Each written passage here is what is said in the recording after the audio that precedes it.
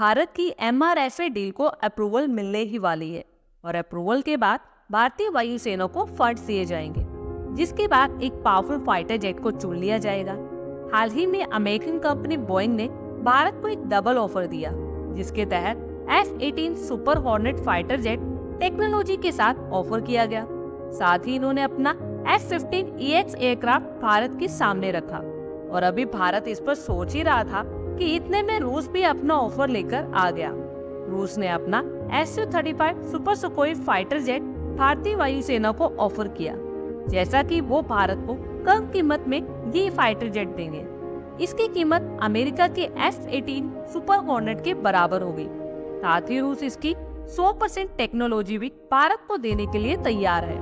इसमें एक खास बात यह है कि रूस का Su-35 hypersonic missile ready fighter jet है, यानी इसमें रूस ने पहले से ही हाइपरसोनिक मिसाइल लगा दी है और भारत जब भी अपनी हवा से लॉन्च होने वाली हाइपरसोनिक मिसाइल बना लेगा तो वो इसमें लग जाएगी। कोई भी टेस्टिंग, कोई भी मॉडिफिकेशन की जरूरत नहीं है। और तो और अगर भारत इसे खरीदता है तो रूस इसे भारत में ही फैक्ट्री सेटअप करके बनाएगा और भारतीय वायुसेना को सप्लाई करेगा। इसके अलावा ये विमान अपने साथ 11 से 15 मिसाइल भी साथ ले जा सकता है और सबसे खास बात तो ये है कि इसको लेकर भारतीय वायुसेना को कुछ खास ट्रेनिंग भी नहीं लेनी पड़ेगी, क्योंकि इसको चलाने का तरीका सुखोई 30 जैसा ही है।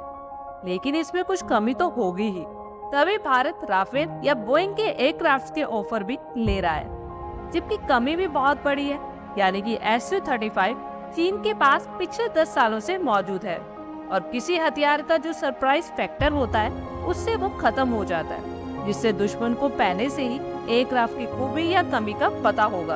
और दूसरा कारण ये है कि रूस का पिछले 10 से 12 सालों में हथियारों की डिलीवरी और सर्विस या मेंटेनेंस को लेकर रिकॉर्ड अच्छा नहीं है। इसका लेटेस्ट एग्जांपल है S-400।